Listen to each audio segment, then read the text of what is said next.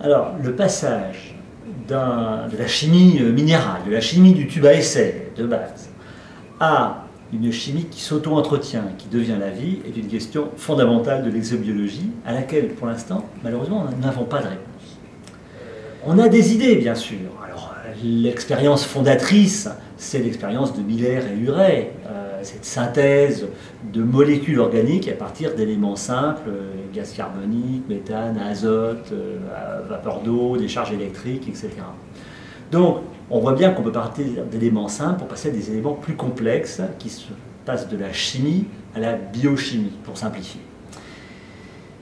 De la biochimie ou de la chimie organique à la vie, c'est-à-dire quelque chose qui s'auto-entretient, là, il y a beaucoup d'hypothèses. Il y a l'hypothèse du monde ARN, des petites molécules d'ARN qui sont capables d'être à la fois transporteuses d'informations et autocatalytiques et autoréplicatives. Ce système ARN aurait anticipé l'apparition de la vie, et après, ça se serait entouré avec des protéines, des sucres, puis c'est devenu de nous. Mais on n'a pas d'éléments très nets qui permettent de comprendre comment ça s'est passé.